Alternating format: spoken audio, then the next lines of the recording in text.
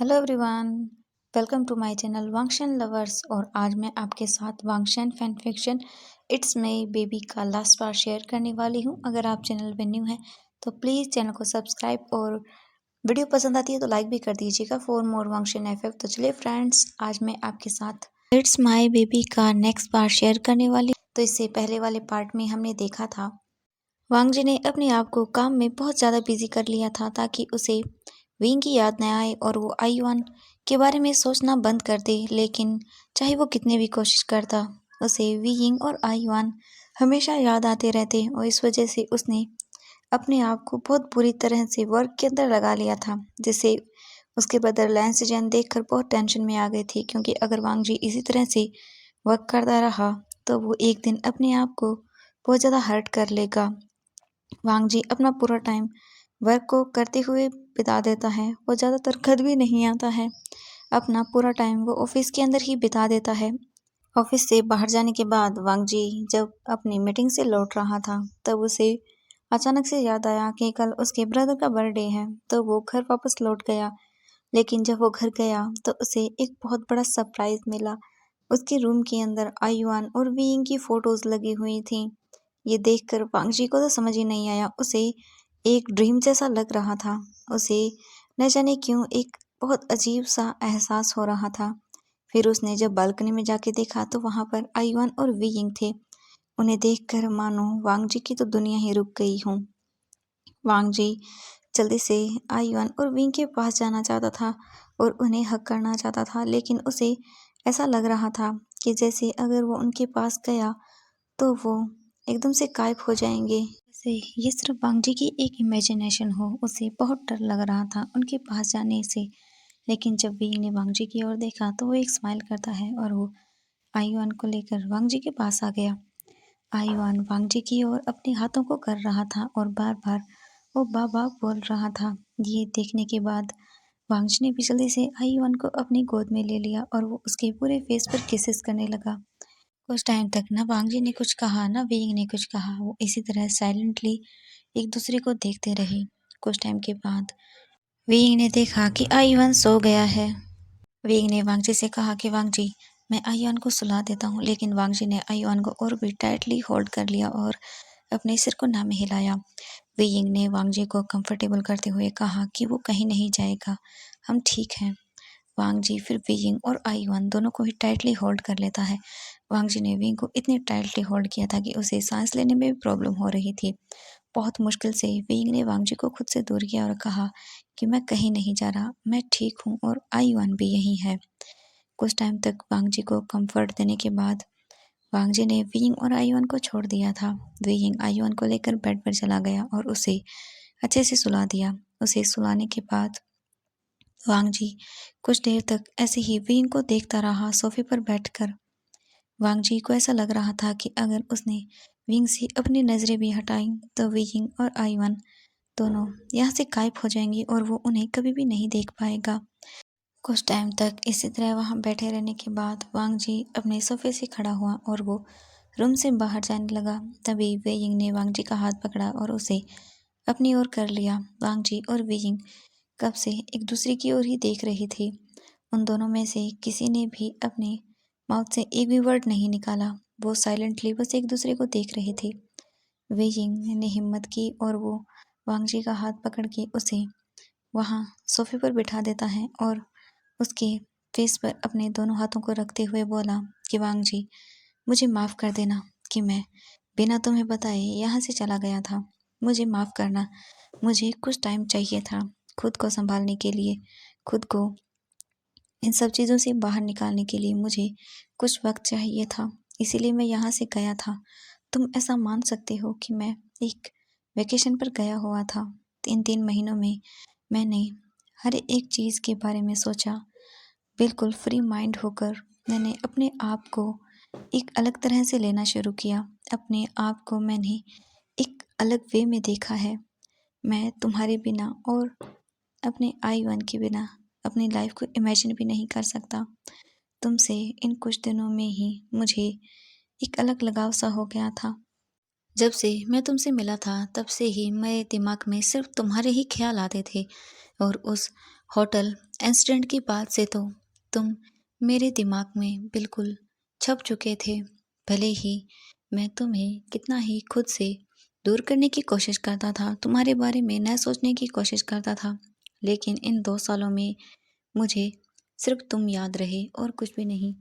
मैंने आईयूएन को अपने इतने करीब रखा कि मुझे कभी किसी और की ज़रूरत भी नहीं पड़ी। लेकिन तुम्हारी कमी हमेशा से ही मेरी लाइफ के अंदर एक अलग जगह रही थी। आईयूएन और मैंने बहुत टाइम तक अकेले रह लिया है। मैंने हर वक्त यही सोचा कि लोग मेरे बारे में क्या सोचेंगे। मैं जानता हूँ कि ये मेरा सोचना गलत था, लेकिन मेरा डर भी सही था, क्योंकि मुझे डर लगता था कि लोग जब आईयूएन के बारे में जानेंगे, जब मेरे बारे में जानेंगे तो वो क्या कहेंगे। कई बार हम लोगों की बातों से बहुत इफ़ेक्ट हो जाते हैं। मैं बहुत डर गया था कि जब लोगों को मेरे और आईयूएन के बारे में पता चलेगा तो वो किस तरह से मुझे ट्रीट करेंगे। लेकिन मैं एक बात भूल गया था कि अगर मैं अभी डर गया तो मैं फिर बाद में आईयूएन का सामना कैसे करूँगा। वो भी तो मुझसे यही क्वेश्चन पूछेगा। जब उसे पता चलेगा कि उसे मैंने जन्म दिया है, तब वो कैसे रिएक्ट करेगा। अगर मैं अपने बेटे का ही सामना नहीं कर पाऊँगा तो मैं औरों का सामना क्या करूँगा। वांग जी, मैंने अपना आपको बहुत समझाया है, बहुत बदला है। इन 3 महीनों में मैंने अपनी लाइफ को बहुत ही ज़्यादा सीरियसली लिया है और अब मैं किसी और की बातों में नहीं आना चाहता। ना ही मैं ये सोचना चाहता हूँ कि लोग मेरे बारे में क्या सोचेंगे। अब मुझे बस तुम्हारे और आईयूएन के साथ एक सिंपल सी और एक पीसफुल लाइफ चाहिए। वांग जी, क्या तुम मुझे वो लाइफ दोगे। वांग जी वेइंग की ओर देख रहा था। उसकी आंखों में आंसू आ रहे थे, क्योंकि उसे उसका ड्रीम सच होता लग रहा था। उसे अब लग रहा था कि वो अब आयुआन के साथ रह सकता है, वो वेइंग के साथ रह सकता है। वांग जी की आंखों से लगातार आंसू नीचे गिरने लगते हैं। वेइंग ये देखकर वांग जी की आंखों से गिर रहे आंसुओं को क्लीन करता है और बोलता है कि वांग जी प्लीज़, मुझे क्या तुम एक ऐसी लाइफ दोगे जिसमें सिर्फ खुशियाँ ही खुशियाँ हूँ। अब तक मैंने अपनी लाइफ के अंदर सिर्फ पेन ही देखा है। वांग जी, क्या तुम प्लीज़ ऐसा करोगे। वांग जी अपने सिर को हाँ में हिलाता है और वो जल्दी से वेइंग को एक टाइटली हग कर लेता है। कुछ देर तक वो दोनों ऐसे ही एक दूसरे को हग किए हुए रखते हैं। वांग जी बस वेइंग को अब खुद से दूर भी नहीं होने देना चाहता था। कुछ टाइम के बाद जब वेइंग को इचीनेस फील होने लगा, तब उसने कहा कि वांग जी अब मुझे छोड़ सकते हो, मैं ठीक हूँ। वांग जी अपने सिर को हाँ में हिलाता है और वो विंग को खुद से थोड़ा सा दूर कर देता है, लेकिन अभी भी उसने विंग के दोनों हाथ पकड़े हुए थे। विंग ने कहा कि मुझे वॉशरूम जाना है। वांग जी एक स्माइल करता है और वो विंग के दोनों हाथों को छोड़ देता है। विंग अब सोफे से खड़ा होता है और वो जल्दी से वॉशरूम के अंदर आ जाता है। वॉशरूम के अंदर आते ही वो जल्दी से डोर को बंद कर लेता है, क्योंकि उसकी हार्ट बीट इस वक्त उसे बहुत सी ज़्यादा फास्ट सुनाई दे रही थी। उसने पहली बार वांग जी को इस तरह से गले लगाया था। वांग जी अपने हार्ट पर अपने हाथ को रखता है और बोलता है कि मुझे क्या हो गया है, मैं अचानक से इस तरह से क्यों बिहेव कर रहा हूँ। नहीं, प्लीज़ शांत हो जाओ विंग, विंग प्लीज़ शांत हो जाओ। फिर उसने अपने आप को मिरर के अंदर देखा तो वो बिल्कुल ही रेड हो चुका था। उसके पूरे चिक्स रेड हो चुके थे। विंग अपने फेस को अच्छे से वॉश करता है और वो कुछ टाइम के बाद फिर वॉशरूम से बाहर आया। उसने देखा कि वांग जी ने आईवन को टाइटली होल्ड किया हुआ है और वो पीसफुली उसके साथ सोया हुआ है। ये देखकर विंग के फेस पर भी एक स्माइल आ जाती है और वो वहाँ से एक ब्लैंकेट को लेकर सोफे पर आ जाता है और वहाँ आराम से सो जाता है। अगली मॉर्निंग का सीन हमें दिखाया जाता है। वांग जी अपनी आंखों को ओपन कर कर देखता है तो आईवन उसके ऊपर बैठा हुआ था और वो वांग जी की शर्ट को पकड़कर बार बार खींच रहा था। वांग जी आईवन को देखकर एक स्माइल करता है और बोलता है कि लिटिल, तुम तो बहुत शरारती हो। ये देखने के बाद आईवन अपने फेस को साइड में कर लेता है और वो वांग जी के ऊपर से नीचे उतर जाता है। ये देखने के बाद वांग जी आईवन की ओर अपना फेस करता है और उसे फिर से अपनी गोद में लेने के लिए अपने हाथों को आगे करता है, लेकिन आयुआन तो अपने फेस को साइड कर लेता है। ये देखने के बाद वांग जी ने कहा कि ओ मेरा लिटिल बॉय मुझसे गुस्सा है। तो आयुआन अपने लिटिल से माउथ से बोलता है, पापा ना गंदा। वांग जी ये सुनकर हैरान हो जाता है और वो बोला, क्या मैं मैं मैं गंदा हूँ आयुआन? आयुआन अपने सिर को हाँ में हिलाता है। वांग जी ये देखकर स्माइल करने लगा और बोला कि अच्छा ठीक है, फिर तुम्हें गिफ्ट नहीं चाहिए। ये सुनने के बाद जल्दी से आयुआन वांग जी की ओर अपना फेस कर लेता है और एक स्माइल करते हुए वो जल्दी से वांग जी को फिर से हग कर लेता है। ये देखने के बाद वांग जी ने कहा कि माय लिटिल बॉय, तुम तो सच में बहुत लालची भी हो। ये देखने के बाद आयुआन स्माइल करने लगता है और वो खिलखिलाकर हंसने लगता है।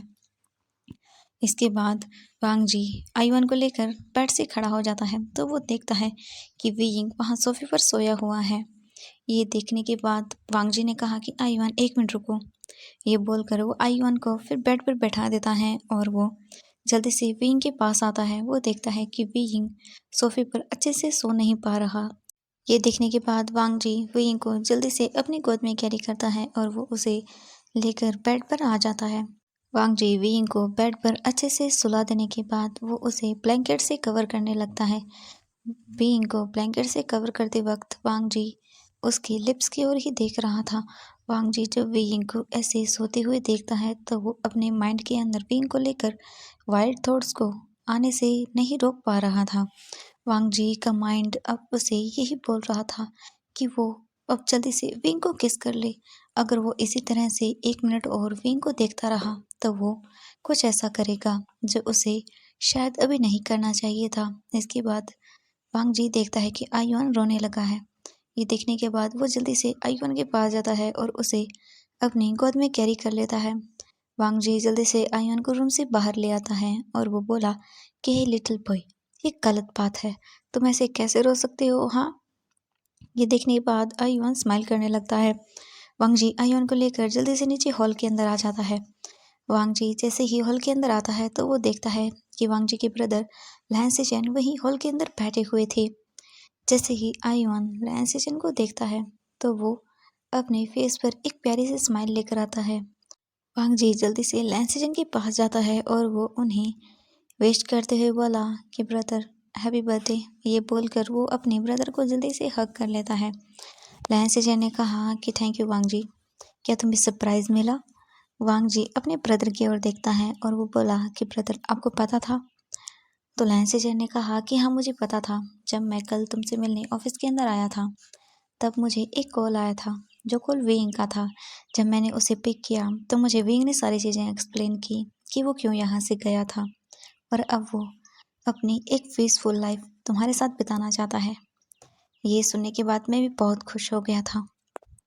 इसके बाद लैन सेचेन और वांग जी दोनों ही आयुआन के साथ वहाँ खेलने लगते हैं। तभी लैन चिरेन भी वहाँ आ जाते हैं। लैन चिरेन ने कहा कि सेचेन आज तुम्हारा जन्मदिन है तो क्या हम बड़ी पार्टी ऑर्गेनाइज करें या फिर छोटी? इस बार तो वांग जी को भी बुला लेना। लैन चिरेन का इस वक्त वांग जी और आयुआन पर ज़्यादा ध्यान नहीं था, वो बस सेचेन की ओर ही देख रहा था। तभी वो एक बच्चे की हंसने की आवाज़ सुनता है। लहन चिरन जल्दी से उस ओर देखता है तो उसके फेस पर एक बहुत बड़ी स्माइल आ जाती है। लहन चिरन जैसे ही आयुआन को देखते हैं तो वो जल्दी से जाकर आयुआन को हग कर लेते हैं और बोलते हैं कि तुम सच में यहाँ हो क्या? क्या? लहन चिरन अपने माउथ से ज़्यादा वर्ड को भी नहीं निकाल पा रहे थे। इस वक्त उन्हें बहुत अच्छा फील हो रहा था। ये देखने के बाद वांग जी और लहन चिरन दोनों ने ही कहा कि हाँ अंकल, अब सब ठीक हो चुका है, बिल्कुल पहले की तरह। अब वेइंग और आयुआन हमारे साथ रहेंगी। ये सुनने के बाद लैन चिरेन ने कहा कि बहुत अच्छी बात है कि अब सब कुछ ठीक हो चुका है। इसके बाद वो तीनों ही आयुआन के साथ वहीं हॉल के अंदर खेलने लगते हैं। सभी घर के जितने भी सर्वेंट्स थे वो उन्हें ऐसे देखकर बहुत ज़्यादा खुश हो रहे थे, क्योंकि पिछले कुछ महीनों से यहाँ पर बहुत ही ज़्यादा टेंशन का माहौल रहता था। कोई भी एक दूसरे से खुश होकर बातें नहीं करता था, लेकिन आज सभी इस तरह से हंसी खुशी से बातें कर रहे थे। ये देखकर सभी सर्वेंट बहुत खुश हो जाते हैं। कुछ टाइम के बाद वांग जी बोला कि अब मुझे आयुआन को अच्छे से नहलाना होगा, उसके बाद हम ब्रेकफास्ट करेंगे। ये बोलकर वांग जी आयुआन को लेकर रूम के अंदर आ जाता है। वो देखता है कि वी यिंग अभी भी सोया हुआ है। वी यिंग को ऐसे पीसफुली अपने रूम के अंदर और अपने बेड पर सोता हुआ देखकर उसके फेस पर एक बहुत बड़ी वाली स्माइल आ जाती है। वांग जी आयुआन को लेकर वॉशरूम के अंदर आ जाता है और वो अपने और आयुआन के लिए कुछ क्लॉथ निकाल लेता है और वो आयुआन और खुद को अच्छे से शावर के अंदर लेकर चला जाता है। कुछ टाइम के बाद वांग जी आयुआन को अच्छे से नहलाने के बाद उसे रूम से बाहर लेकर आता है और उसे अच्छे से क्लॉथ को वियर करवाता है। इसके बाद वो आयुआन को लेकर वहीं बैठ जाता है और वो वे यिंग के उठने का इंतजार करने लगता है। तब तक वांग जी आयुआन से वहां बैठकर बातें कर रहा था। आयुआन बस वांग जी की बातें सुन रहा था। तभी वे यिंग की आंखें खुलती हैं और वो वांग जी को वहां सोफे पर बैठा हुआ देखता है, जो कि आयुआन के साथ कुछ बातें कर रहा था। ये देखने के बाद वे यिंग के फेस पे एक स्माइल आती है और वो जल्दी से अपने फेस को साइड करता है और वो बेड से उतरकर उनके पास चला जाता है और वो एक स्माइल करते हुए बोला कि good morning my little baby. Ayuan ने जब अपनी मामा की आवाज़ को सुना तो वो बहुत खुश हो गया और वो जल्दी से अपनी मॉम की ओर देखने लगा। वांग जी ने जब वी की ओर देखा तो बिल्कुल स्टन रह गया। वी इस वक्त बहुत प्रिटी लग रहा था। उसके बाल बिल्कुल मैसी हो रहे थे, उसके लिप्स बिल्कुल रेड थे। ये देखकर वांग जी के मन में अचानक से वी यिंग को किस करने का ख्याल आता है। उसके मन में अचानक से यही आ रहा था कि वो वी यिंग को अभी बॉल पे पुश करे और उसे एक ब्रेथलेस किस करे। ये सोचने के बाद वांग जी को अपनी बॉडी में एक हीट सी फील होती है। वांग जी अपने फेस को साइड करता है और वो बोला कि वी यिंग तुम जाकर शावर ले लो। विंग ने अपने फेस को हाँ में हिलाया और वो वहां से चला जाता है। कुछ टाइम के बाद वी यिंग फ्रेश होकर वॉशरूम से बाहर आता है तो वो देखता है कि रूम के अंदर कोई भी नहीं है। इसके बाद वी यिंग अच्छे से अपने आप को रेडी करता है और वो फिर रूम से बाहर आकर हॉल के अंदर चला जाता है। वे यिंग जब हॉल के अंदर आया तो उसने देखा कि सभी डाइनिंग रूम के अंदर बैठे हुए हैं और ब्रेकफास्ट करने के लिए रेडी हैं। तभी वे यिंग भी वहां पर चला जाता है। वे यिंग लैन सिचेन और अंकल लैन से मिलता है और वो सभी वहां बैठकर अच्छे से ब्रेकफास्ट करते हैं। तभी वांग जी के अंकल ने कहा कि वांग जी और वे यिंग, मैं चाहता हूँ कि तुम दोनों अब ऑफिशियली एक दूसरे से वेडिंग करो। ये सुनने के बाद वी यिंग और वांग जी दोनों की हार्ट बीट बहुत फास्ट हो गई थी। वांग जी ने कहा कि अंकल क्या? लैन सिरेन ने कहा कि नहीं वांग जी, मैं अब तुम्हारी और वी यिंग की ऑफिशियली वेडिंग करवाना चाहता हूँ। तब आगे से कोई भी इसी तरह के र्यूमर्स न फैले।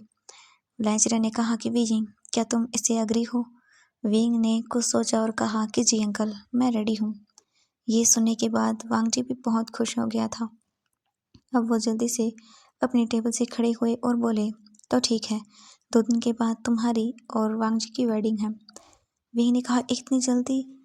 तो लैंचेलर ने कहा कि हाँ, तुम चिंता मत करो, मैं सभी प्रिपरेशन अच्छे से कर लूँगा, बस तुम दोनों को अपनी वेडिंग क्लॉथ फाइंड करनी है। ये बोलकर वो वहाँ से चली गई। तभी लैंस सेचेन ने कहा कि वांग जी, मैं बहुत खुश हूँ कि तुम दोनों अब हमेशा के लिए एक होने वाले हो। मैं तुम्हारे लिए बहुत खुश हूँ वांग जी। ये बोलकर वो चेयर से खड़ा हुआ और वो वांग जी को हग करता है। इसके बाद लहन सीजन ने कहा कि आईवान, चलो अब हम दोनों खेलते हैं। तुम्हारे फादर को अब एक दूसरे से बातें करनी होगी। ये बोलकर वो आईवान को लेकर वहां से चला गया। अब डाइनिंग टेबल पर सिर्फ वांग जी और वीइंग ही बैठे हुए थे। वांग जी बोला कि वीइंग, क्या तुम सच में? तो वीइंग ने अपने फेस पर एक स्माइल लाते हुए कहा कि हाँ, मैं सच में अब तुमसे शादी करना चाहता हूँ। आखिर मैं अपने बेबी के फादर से शादी नहीं करूँगा तो किससे करूँगा? ये बोलकर वो टेबल से खड़ा हुआ और अपने रूम की ओर जाने लगा। वांग जी जब ये सुनता है तो वो बहुत खुश हो गया। तो वो अपने इसके बाद वांग जी भी अपने चेयर से खड़ा हुआ और वो वेइंग के पीछे पीछे जाने लगा। वेइंग अब जल्दी से अपने रूम के अंदर आ गया था और वो अपने आप को बहुत ही ज़्यादा शांत करने की कोशिश कर रहा था, क्योंकि इस वक्त उसके माइंड के अंदर बहुत सारी फीलिंग्स मिक्स हो रही थी कि अब वो सच में वांग जी का हस्बैंड बनने वाला है। ये इसका ड्रीम तो नहीं है। उसे ये सब चीज़ें एक ड्रीम लग रही थी। तभी वांग जी जल्दी से रूम के अंदर आता है और वो वीइंग को टाइटली पीछे से होल्ड कर लेता है। ये देखने के बाद तो वीइंग की मानो सांसें ही रुक गई थी। वांग जी वीइंग के नेक पर धीरे धीरे अपने लिप्स से उसे छोटे छोटे किसेस करने लगता है। वीइंग को जब अपने नेक पर वांग जी के लिप्स फील हुए तो उसकी पूरी बॉडी के अंदर एक अलग ही सेंसेशन सी जाग गई। वीइंग अपने आप को बहुत शांत करने की कोशिश कर रहा था, लेकिन वांग जी बार बार वीइंग के नेक पर उसे किसेस करने लगता है। इसके बाद वांग जी वीइंग को अपनी ओर करता है और वो अपने हाथ को वीइंग के नेक पर रखता है। वांग जी वीइंग को अपने और भी क्लोज खींच लेता है और वो उसके लिप्स पर धीरे धीरे किस करने लगता है। वीइंग भी वांग जी को वो किस बैक कर रहा था।